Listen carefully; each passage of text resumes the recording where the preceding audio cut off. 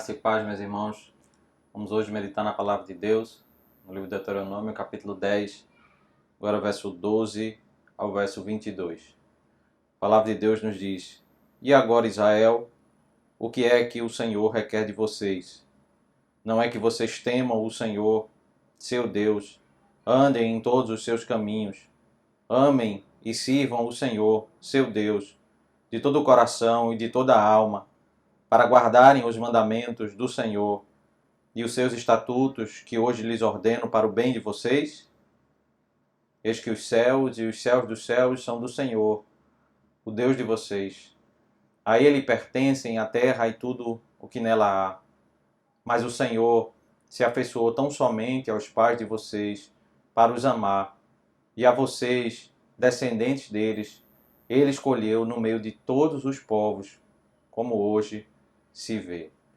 Verso 12 ao verso 15, o Senhor, Ele pergunta ao povo o que é que o Senhor, Ele requer de nós.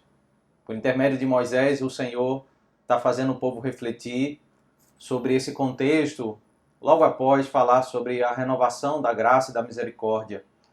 E agora, como o povo deve reagir diante dessa palavra de bondade do Senhor? O que é que o Senhor Ele espera de nós no momento em que Ele fala que nos ama e que derrama continuamente a sua misericórdia sobre nossas vidas? O texto no verso 12 nos fala sobre uma entrega plena, uma entrega em que nós vamos servir ao Senhor com temor, vamos andar nos seus caminhos, vamos amar e servir a Ele em serviço de culto, vamos fazer isso de todo o coração e de toda a alma, ou seja, verdadeiramente, inteiramente, não apenas de aparência, não apenas seguindo todos os rituais, não apenas seguindo aquilo que é exigido exteriormente, mas Deus Ele requer de nós um coração voltado, que tem prazer em estar na sua presença. O povo de Israel cumpriu tudo aquilo que Deus havia determinado no contexto do Êxodo, todos os rituais da aliança, mas o coração deles estava distante do Senhor. E eles se apartaram na primeira oportunidade que tiveram, eles se esqueceram de Deus e seguiram seus próprios conceitos. O que Deus requer de nós quando Ele nos diz que a sua misericórdia é renovada, Ele quer um coração voltado para que Ele seja primeiro lugar em nossos corações. Ele requer de nós um coração voltado para entregarmos as nossas vidas diante dEle. O verso 13, ele diz, para guardarem os mandamentos para o bem de vocês. Deus, Ele requer de nós esse coração voltado para fazer a sua vontade, porque somente assim é que nós vamos cumprir e fazer a vontade de Deus. Cumprir exteriormente não é aquilo que o mandamento exige, não é aquilo que a vontade de Deus quer sobre nossas vidas. Não é um caminho bom, porque obedecer de coração, de fato, é o caminho bom. Esse é o bem que o Senhor requer do seu povo, um povo agradecido pela misericórdia e a graça do Senhor. E aí, quando nós olhamos para o verso 14 e 15, parecem dois versos desconectados dessa estrutura que o Senhor requer de nós, a obediência. Quando no verso 14 diz: Eis que os céus e os céus dos céus são do Senhor, o Deus de vocês, a Ele pertencem a terra e tudo o que nela há. Fala da soberania de Deus e como Deus Ele é dono de tudo. Deus ele requer de nós obediência, não como se Ele precisasse de algo, não como se Ele tivesse carência de algo, porque Ele é o dono de tudo. Mas o fundamento desse requerimento do Senhor para o seu povo está no verso 15. Mas o Senhor se afeiçoou tão somente aos pais de vocês para os amar, e a vocês, descendentes deles. Ele escolheu no meio de todos os povos, como hoje se vê. O Deus que é dono de tudo, que tem todas as coisas e não necessita de nada, Ele tem o seu amor como fundamento pelo qual Ele nos chama a vivermos na sua presença, para amarmos a Ele de todo o coração, para servirmos a Ele de todo o coração. Ele exige isso de nós, é porque Ele nos ama.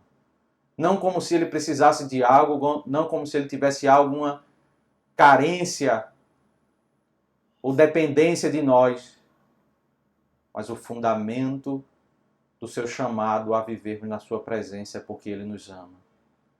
Ele nos dá o privilégio de nós desfrutarmos da sua comunhão, de contemplarmos mais da sua glória, de nos deleitarmos na sua presença, é porque Ele nos ama, é porque Ele nos escolheu diante de tantos povos da terra.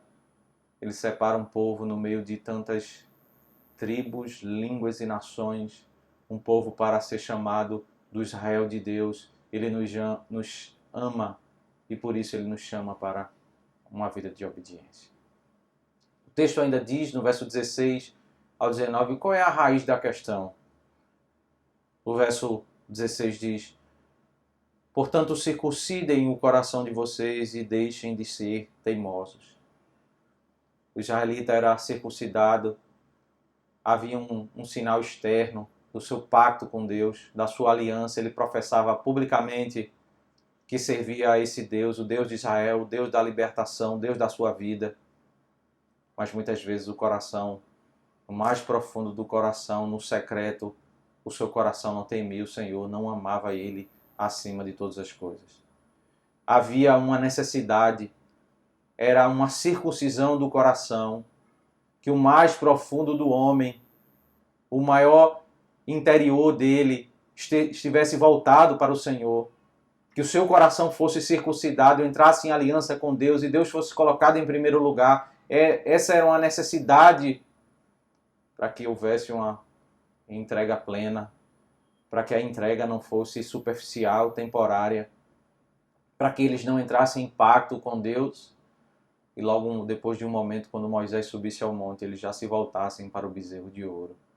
Eles precisavam temer o Senhor e para isso ser uma verdade, o coração deles deveria ser circuncidado, entrar em aliança com Deus. Só assim eles não seriam teimosos. O verso 17 diz: pois o Senhor, o Deus de vocês, é o Deus dos deuses e o Senhor dos senhores. Deus grande, poderoso e temível, que não trata as pessoas com parcialidade nem aceita suborno. Eles deveriam ter o coração circuncidado, porque ao entrarem na terra, ao receberem de Deus tantas bênçãos, riquezas, bens e também a comunhão com o Senhor, especialmente a comunhão com o Senhor, eles jamais deveriam imaginar que ao pecarem, Deus não iria punir eles, porque Deus não iria agir a parte da sua justiça. Não haveria parcialidade, até mesmo com o seu povo. Deus iria tratar conforme as suas atitudes. O Deus de graça e de misericórdia também deve ser reconhecido como um Deus de justiça, um Deus que requer do seu povo a santidade. O Senhor jamais quer que o seu povo entenda que o amor que Ele derrama para conosco nos dá abertura para nós andarmos a parte da sua lei, como se nós não fôssemos prestar contas pelos nossos atos, porque Deus, Ele não é parcial, Ele vai tratar conforme a sua justiça.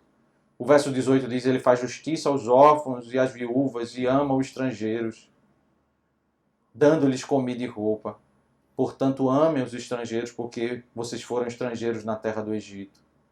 Eles deveriam, meus irmãos, amar aqueles que estavam aflitos, tratar devidamente aqueles necessitados, não usar das riquezas e da força que eles teriam na terra para oprimir as pessoas, assim como eles foram oprimidos.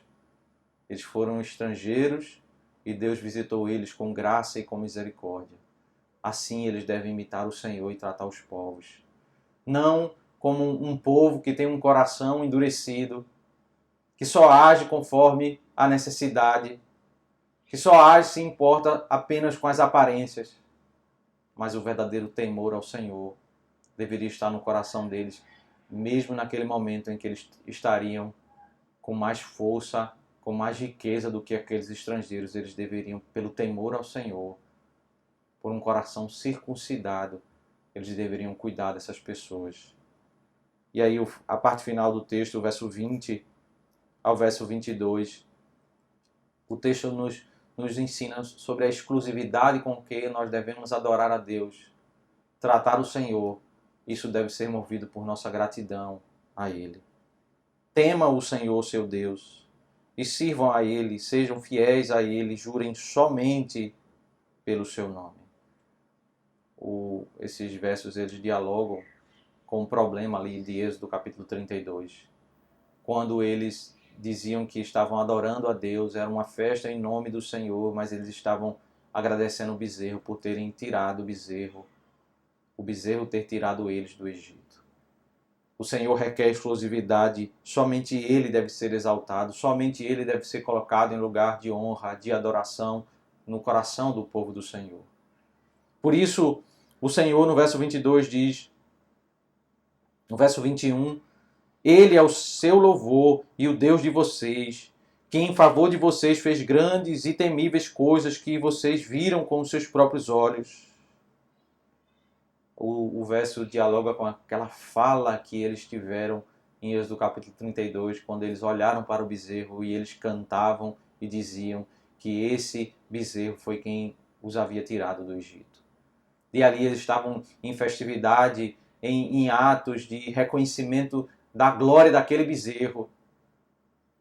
Mas um coração circuncidado que teme ao Senhor, movido por gratidão, ele entende que o Senhor é o nosso louvor. O Senhor é o nosso libertador. Devemos, e o povo ali deveria trazer o seu coração sobre o tamanho daquela salvação. O verso 22 diz, quando os pais de vocês desceram ao Egito, eram apenas 70 pessoas.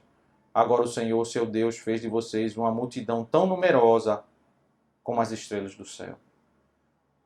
Tamanha a salvação, tão grande salvação deveria trazer ao coração do povo uma gratidão tão intensa para tratar Deus em primeiro lugar, para exaltar o nome do Senhor. Deus é bom para conosco, em graça e em misericórdia. Mas o que o Senhor requer de nós? O que o Senhor requer do seu povo?